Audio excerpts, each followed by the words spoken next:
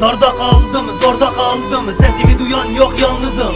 Yalnız bir tek başıma bu hayata ben savaştım. Dermanım sendin, hep acı verdin. Neydi ki suçum, ben bilemedim. Bu hayata ben anlam veremedim. Sebepsizdi hep gidişin, gidişinle battı hayatım kaydı. Gittiğin yerler yabancı eller, mutlu musun sen eski yaren? Anılarda saklı resmin vardı, yırttım attım dayanamadım. Dayan dediler, gel de dayan, mutlu ol bakalım nereye kadar? Elbet bir gün gözlerin dolacak, işte o zaman pişman olacaksın. Artık beni bulamayacaksın. Sen uzakta, ben burada, yalnız kaldım bu hayatta. Hayatımı verdim ben sana, yazıklar olsun sana.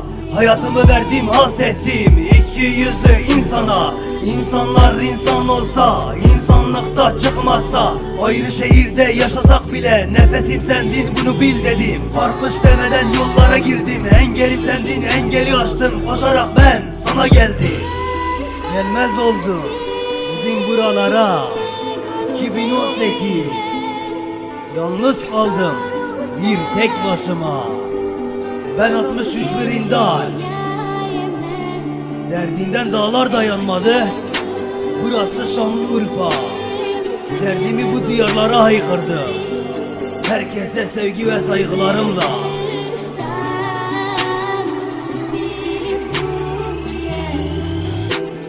Ben uzakta, sen uzakta, gel gör ey yar hele bu ne hal. Her tarafta var acı, bu dertler beni açtı. Rojla dur rojava, şevgudi zaten ne hatır. Yamın dure verin kure, be dermanı kesekten. Gel desem de gelmez ki, artık ben de sevmem ki. Hayaldi bitti, yaşadık gitti, derdime derman hepsi yalan. Yalandı sevgin, sevmeyi bilemedi. Yalandı aşkın, aşkı kirledi. Yalandı hayatın, hayatımı yıktı. Yalandır dünya, artık uyan. Zor da olsa katlanırım, unutmaya çalışırım. Dayan demesen bana, yaramı kanatıma. Uzak dur yaklaşma, tövbe ettim aşklara. Bir zamanlar vardı evet, bizde de büyük sevda.